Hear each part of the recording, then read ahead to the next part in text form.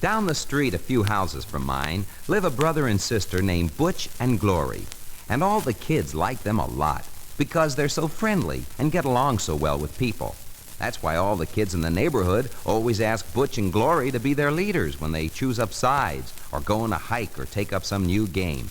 But it wasn't always that way, no siree, because would you believe it? Just a few months ago, Butch and Glory were two timid children. You see, they had just moved into our neighborhood from another city, and having been timid, even with their old friends and schoolmates, they became even more so after moving among different people and going to a different school. Here, in their new surroundings, they felt strange and without friends. They thought that the new kids didn't like them, and oh, how they wanted to be liked. But they didn't know how to go about being liked. I'll bet that you've had those same feelings sometimes, when you felt strange and timid and thought people didn't like you. All of us feel this way sometimes, so you know what I mean. And you also know that some boys and girls feel timid most of the time, even without moving to a different neighborhood or school. But happily, there's a way they can help themselves, and you can too. Perhaps the best way to explain how is by telling you the true story of how Butch and Glory grew self-confident and became leaders among their many new friends. It all began at the birthday party. Jane, their next-door neighbor, was 9 years old that day, and every youngster in the block around her age was invited to her party, Butch and Glory included. But oh, how they worried about that party. They worried that their clothes wouldn't look right, that they might not act properly, that the other kids would secretly criticize them. Oh, say, how about those games that would be played? What if they made mistakes when all eyes were upon them? Well, they worried so much about it, they almost wanted to stay home. But they went to Jane's party. They went there expecting to feel strange and shy. And because that's what they thought, that's just what happened. They made awkward mistakes in the very first game they tried, and you can imagine how embarrassed they felt. In fact, they felt so ashamed down in a corner, hoping that no one would notice them. But someone did. Mother beckoned the two to come out to the kitchen. Then she asked, "Would you two kindly do me a big favor?" Butch and Glory looked at each other for a moment. Sure, Butch finally stuttered.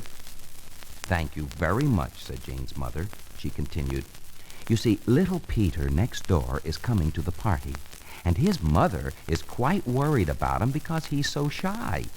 It would help me a great deal, and Peter too, if you two would see that he enjoys himself and learns the games."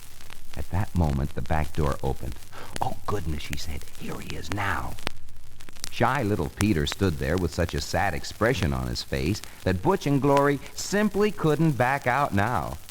They took Peter into the other children who were just finishing a game of darts. "Has everyone had his turn?" Jane was asking. "No," replied Butch. "Peter hasn't had a turn." Butch stood up straight, his head held high, his voice strong, because he had forgotten his own shyness in his desire to help someone else.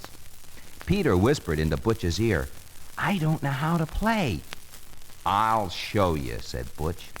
Skillfully, he threw the darts. Most of them went into the very center of the target. "Oh, that's the best score today," cried Jane. And everyone crowded around Butch, asking him how he held the darts and how to throw them.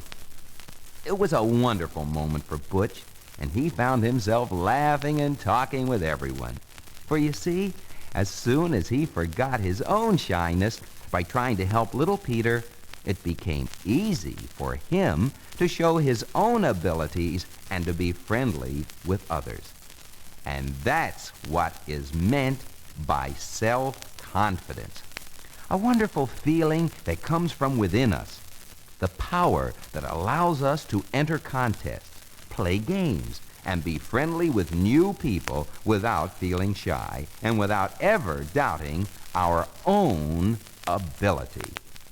Now it was Glory's turn to show Peter how to pin the tail on the donkey, and she got it exactly in the right spot.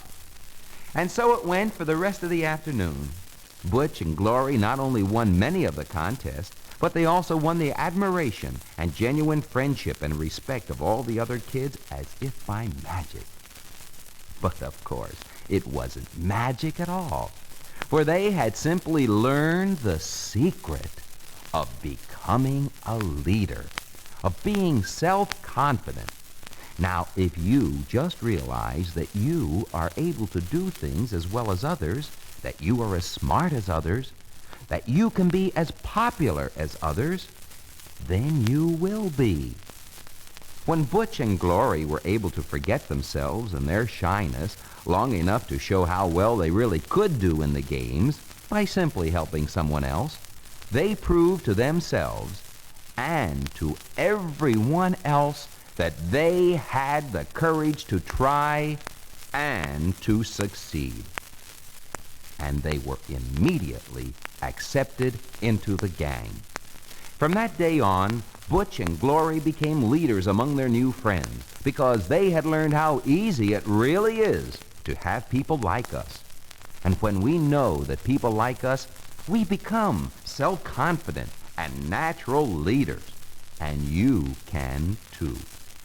Just believe in yourself by remembering every minute of the day that you have the power in your own mind that helps you succeed in anything you want to do.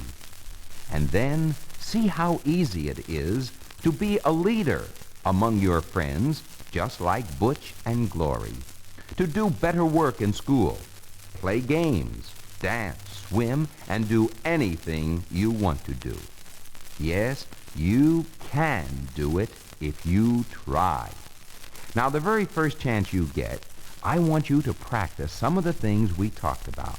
Be more friendly with people, remembering all the while that you are just as able to do what you want to do as they are, because you really and honestly are just as able. For now, you are self-confident. You are becoming a leader.